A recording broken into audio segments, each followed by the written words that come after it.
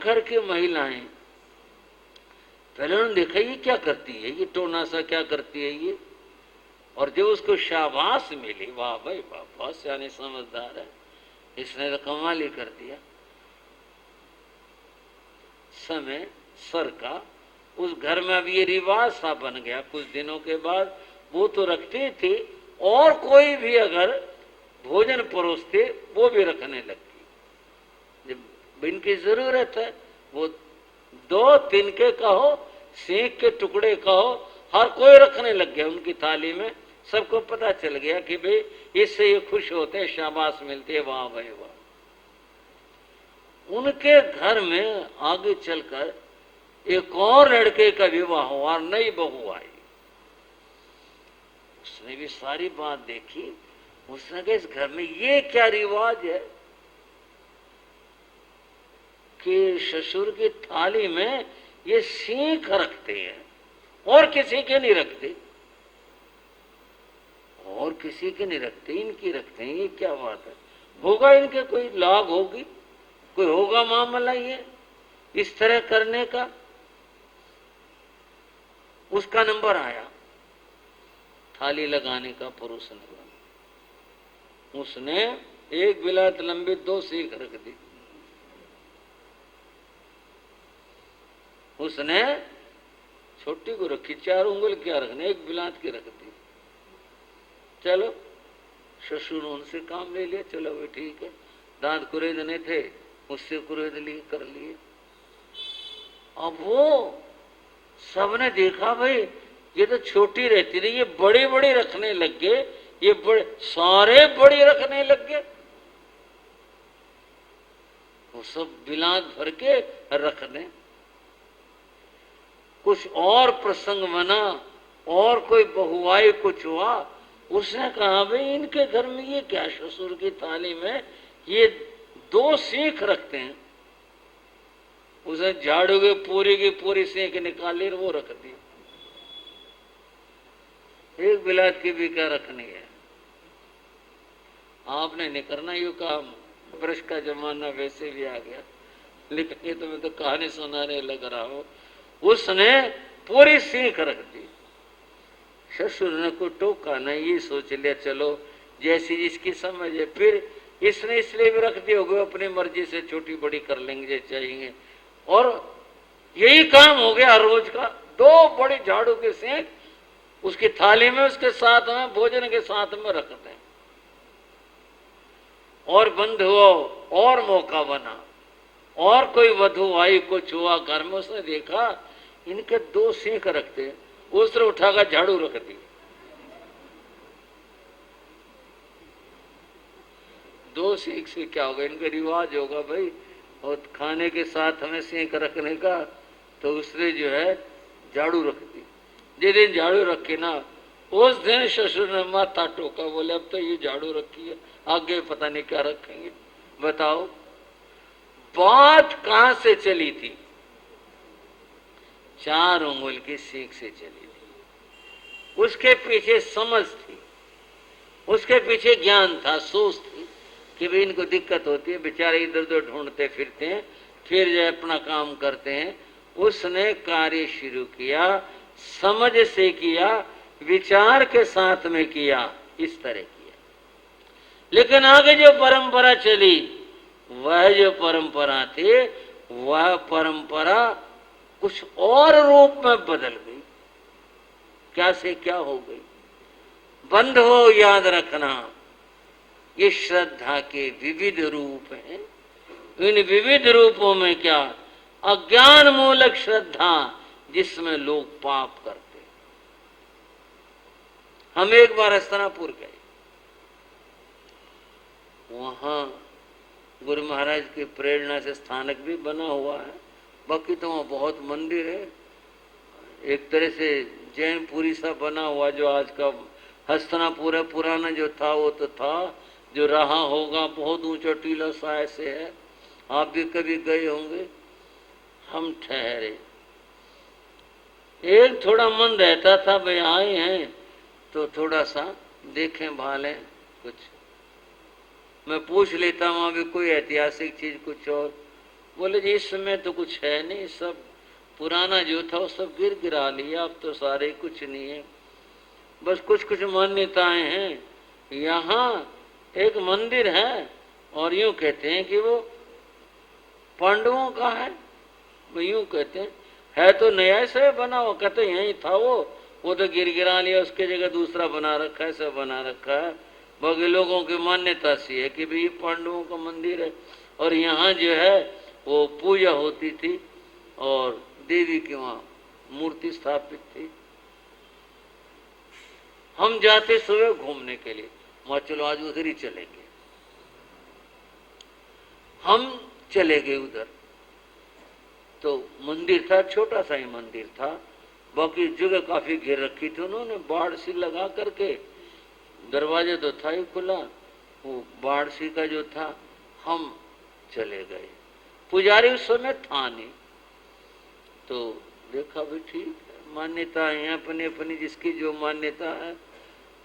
इधर देखा उधर देखा, वो घूमते हुए हम उसके पिछले से हिस्से में चले गए।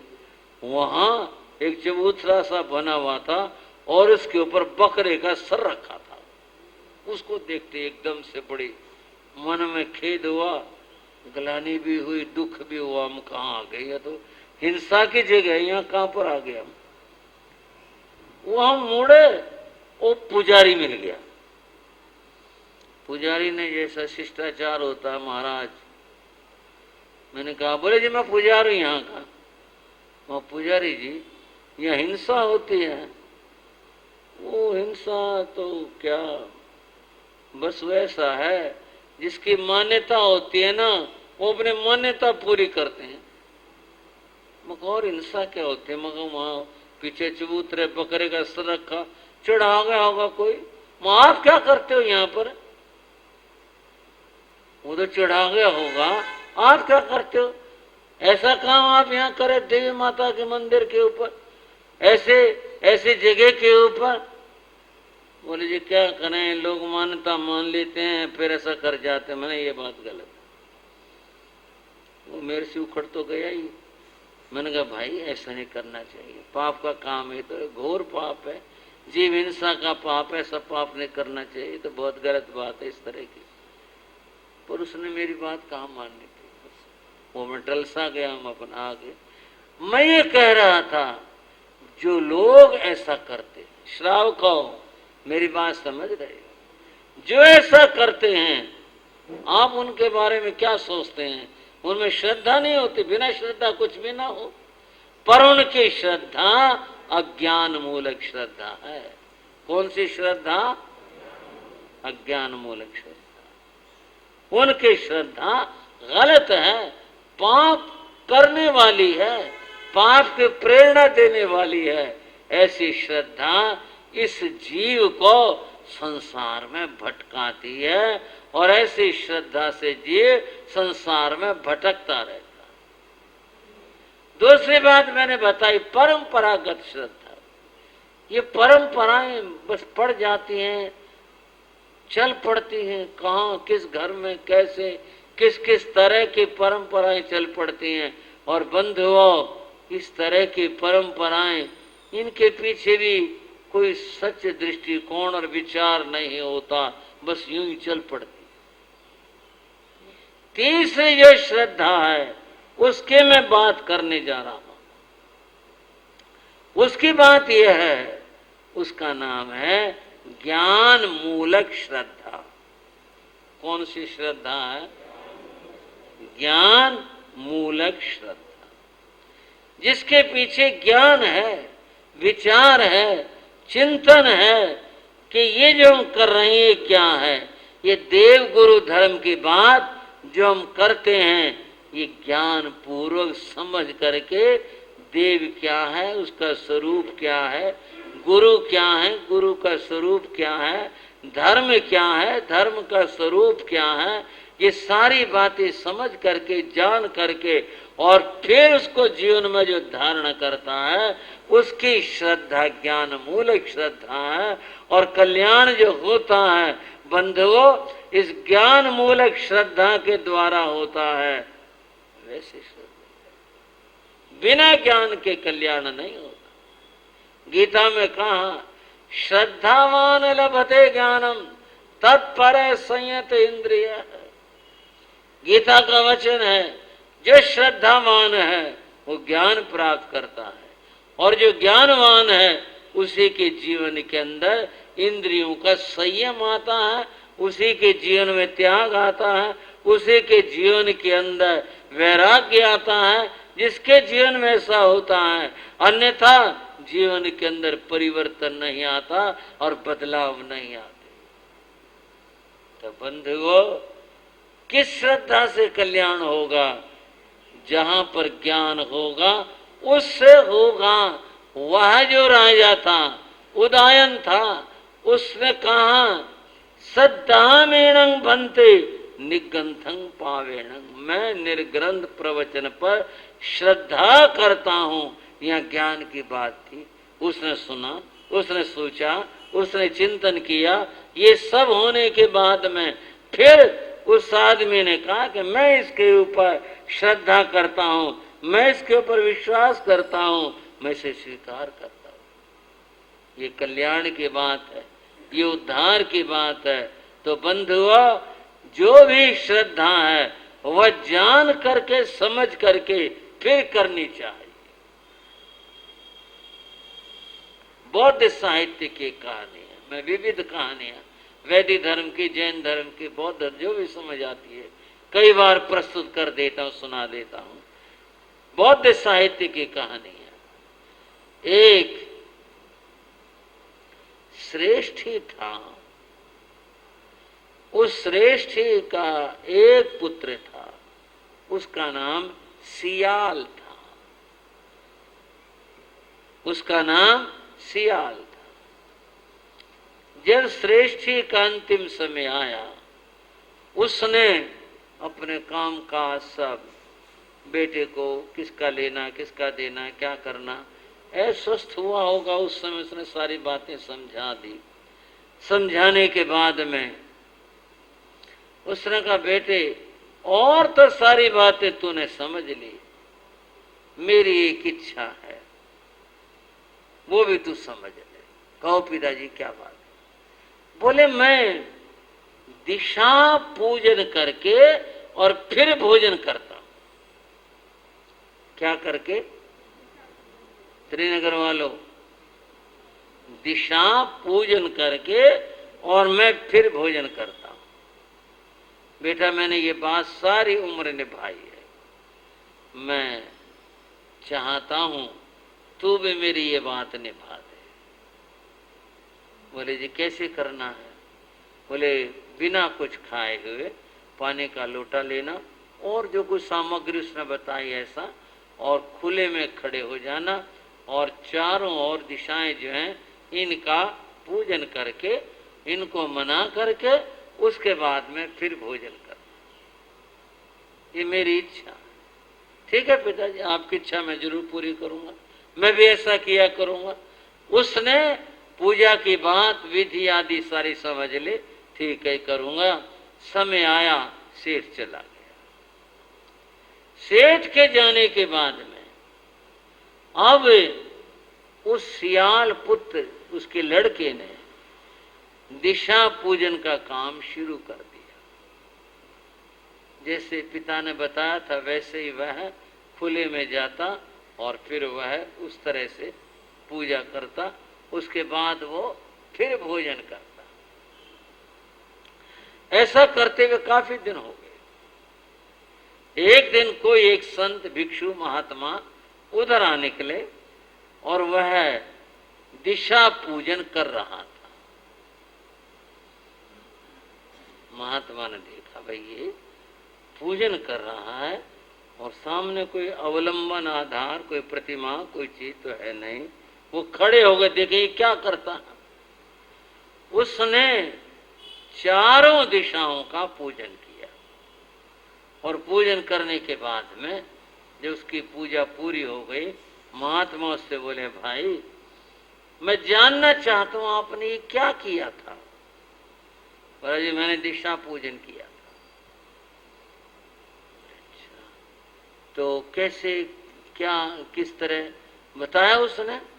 कि मैं पूर्व दिशा, दक्षिण, पश्चिम, उत्तर इन दिशाओं का पूजन करके उसके बाद में फिर मैं भोजन करता हूं। आपको ये बात किसने बताई? मेरे पिताजी ने। कैसे, कब बताई? बोले आखिरी समय था, उन्होंने ये इच्छा प्रकट की थी कि बेटा ऐसा करते रहो, तो तभी से मैं करता आ रहा हूं। बोले उन्होंने कुछ और भी बताया? बोले नहीं, बस विधि बताई थी कि भैया ये जल लेना, जल में ये चीज डाल लेना, जो कुछ कहा ऐसा करना, और तभी से मैं करता रहा। साधु बोला तुम्हारा दिशा पूजन गलत है।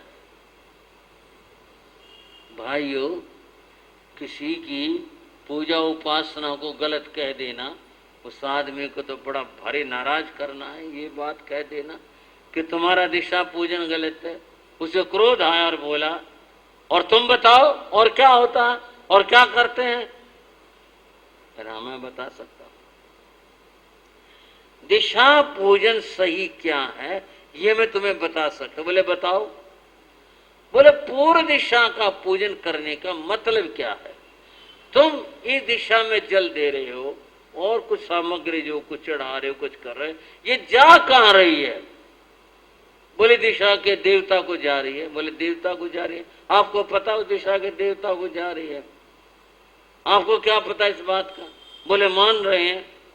बोले मैं आपको अगर उस देवता का प्रत्यक्ष करवा दूं तो? बोले करवा दो, और क्या चाहिए? देवता का प्रत्यक्ष करवा दो।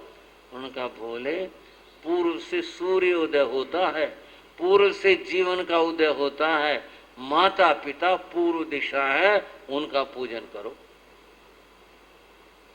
माता पिता क्या है? पूर्व दिशा सूर्य को जन्म देती है। हमारा जो जन्म हुआ है, जहां से, जिस पूर्व से वो माता पिता है, उन्होंने हमारे को जन्म दिया है। हमारी पूर्व दिशा हमारे माता पिता हैं।